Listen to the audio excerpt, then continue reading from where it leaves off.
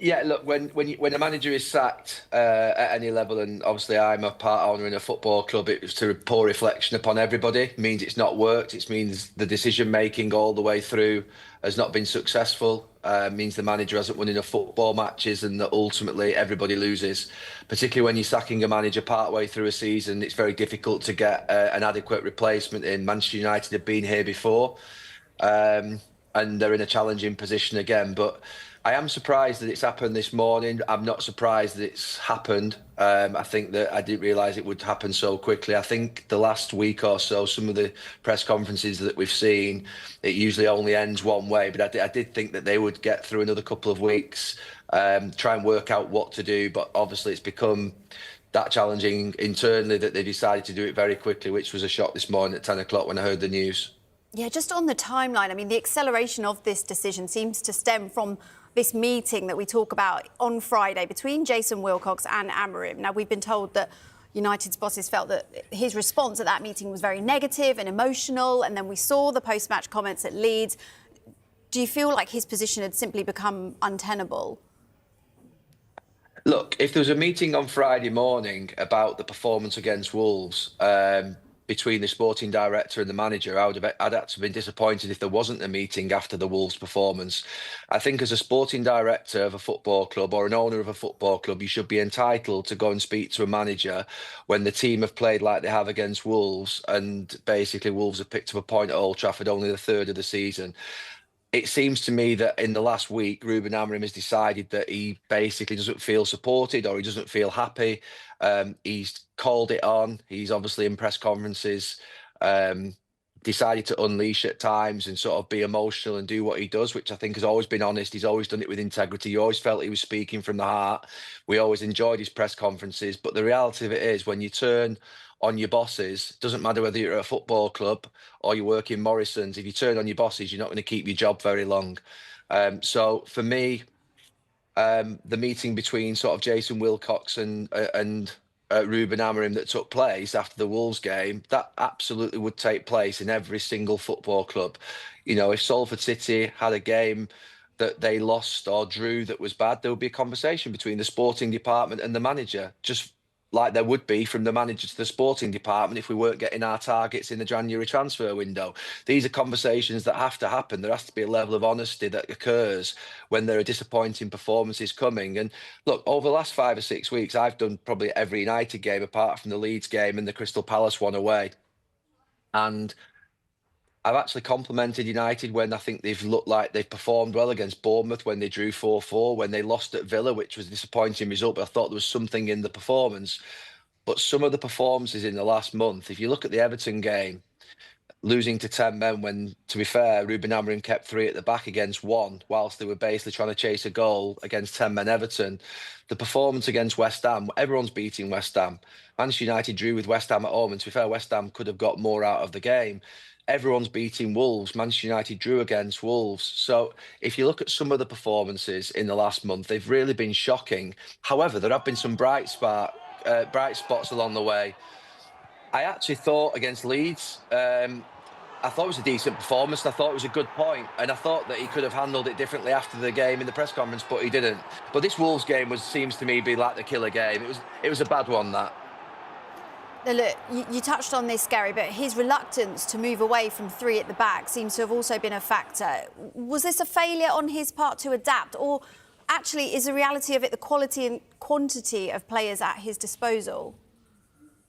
Look, to be fair to Ruben Amorim, I think when he was offered the job, he said, no, I'd prefer to take it in the summer when you can adapt to my system and you can recruit towards it. He did say that, but then I think Manchester United said sort of like it's now or never. And the lure of Manchester United and being the manager is something that's difficult to turn down. But he did call this out on the way in.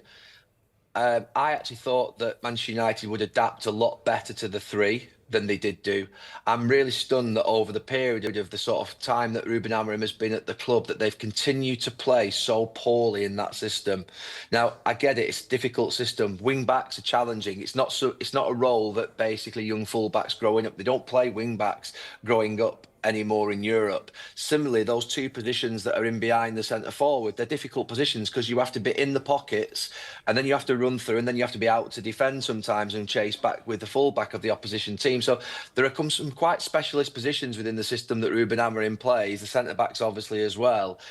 But I can't believe how badly they have adapted to it and how inconsistent they've been with it. That's a failing upon the manager. It's a failing upon the coach. It's a failing upon the manager. It's a failing upon the players, and it's a failing upon the club in terms of not recruiting properly for it. However, thinking about this morning, and travelling down to London at 10 o'clock, and I was thinking about what managers have been appointed at the club over the last 10, 12 years.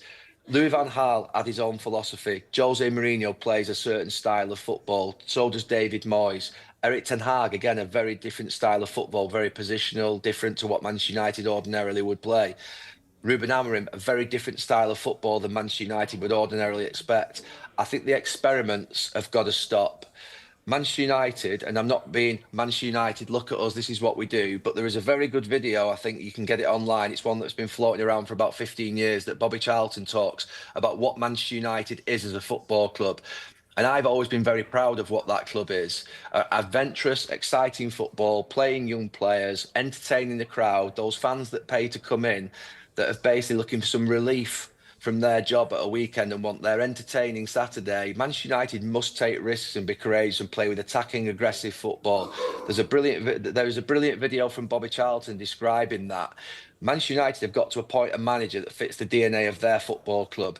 Ajax will never change for anybody. Barcelona will never change for anybody. I don't believe Manchester United should change for anybody. They should play the way in which they play. And these managers that have come in are fantastic managers. Louis van Gaal, Jose Mourinho, Eric Ten Hag, Ruben Amorim, they're brilliant coaches. You can't say they're not good coaches, Ole Gunnar Solskjaer, but they've all come in with different ideas, different styles of play, different philosophies, and none of them really fit the Manchester United way. So for me, the club have to find a manager now who's got experience, who's willing to play fast, entertaining, attacking, aggressive football. Simple as that. Who is that, though, Gary? Because, look, Darren Fletcher coming in, interim charge, he knows what success is at the club, and this is a sensible decision for now. But what about long term? And what about until the end of the season? Is it best for Darren Fletcher to see it out until then? I don't know. I don't know, genuinely. I could sit here and say that Darren Fletcher will be great to the end of the season. They could go and get beat by Burnley on Wednesday night. I could sit here and say Darren Fletcher's not the right man and they could go and be the most free they've ever been in their lives and beat Burnley 5-0. I think we really have to see how it adapts in the next few days. I do think Darren will need, Fletcher will need someone in alongside him with experience if he's going to take it to the end of the season. For me, it feels like Manchester United before appointed Ole Gunnar Solskjaer and sort of a short-term contract and it went really well. There was a big boost at the club. They then appointed Ralf Rangnick on a short-term contract and it was an absolute disaster. So we've experienced both things.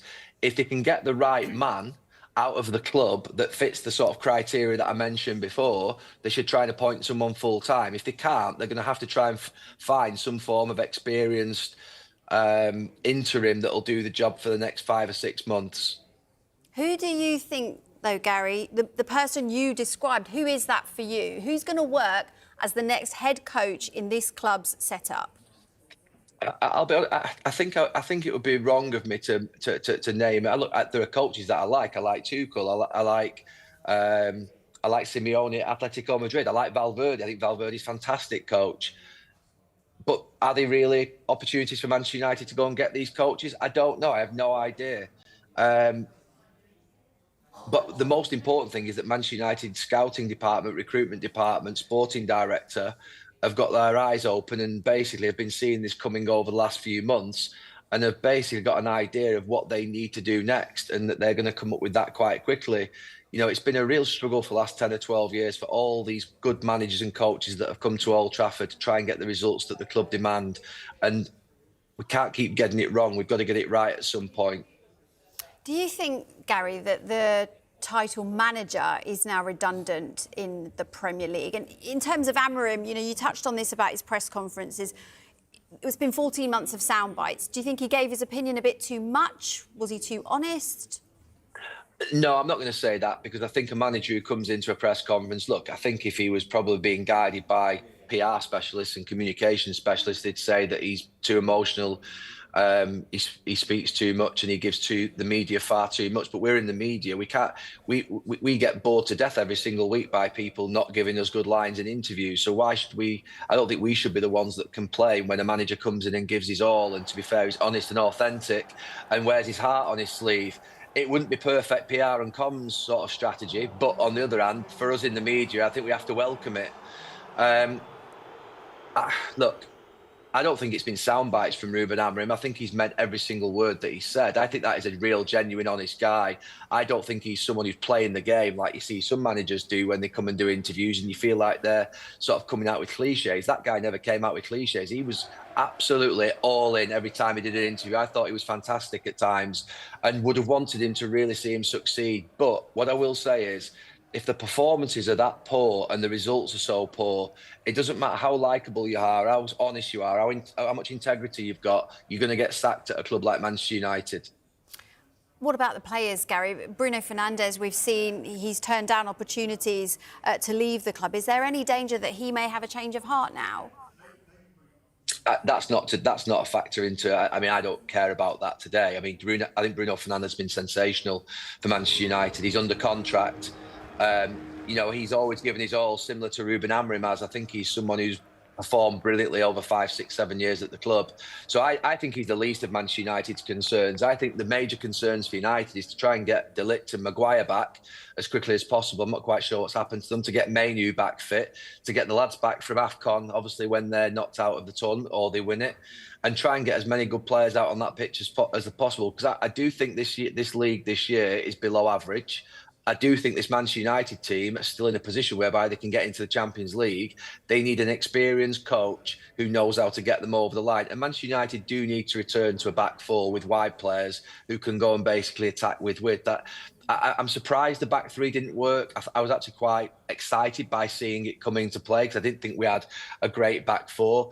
But having watched us play a back four the other week in one of the home games, I can't remember which one it was now. There's been that many over Christmas, but they were really good when they played it. When Dorgu played on the right wing and it was Dalot and Shaw at left back and right back. I just felt it looked like it belonged again. And I think that ultimately now they need to go back to that. They pretty much will, I think. I can't believe Darren Fletcher's going to go with a back three at Burnley on Wednesday night. He's going to go with a back four with probably 2 midfield players and a number 10, a striker and 2 wide players. Just finally, Gary, do you think that this decision could help or hinder United getting Champions League football? No idea. Absolutely no idea. I'd like to think it would help because I think that I think Ruben Amorim showed when he tweaked the system in the last couple of weeks that actually there was an exciting group of players there that could actually go and do things. You know, I enjoyed the performances against Villa, Newcastle and Bournemouth because I saw things that, you know, demonstrated some sort of attacking energy and risk and courage. And it was exciting for the fans. So if that can happen, I think that basically we get back to a system that I think players maybe are more used to. It could help them. But I've seen the Ralph Rangnick 5-6 months, which, you know, I'm not saying it's Ralph Rangnick's fault. It wasn't. He's a great coach. But that went horribly wrong. So let's not sit here and think that everything's going to get better straight away. We've seen it go wrong before.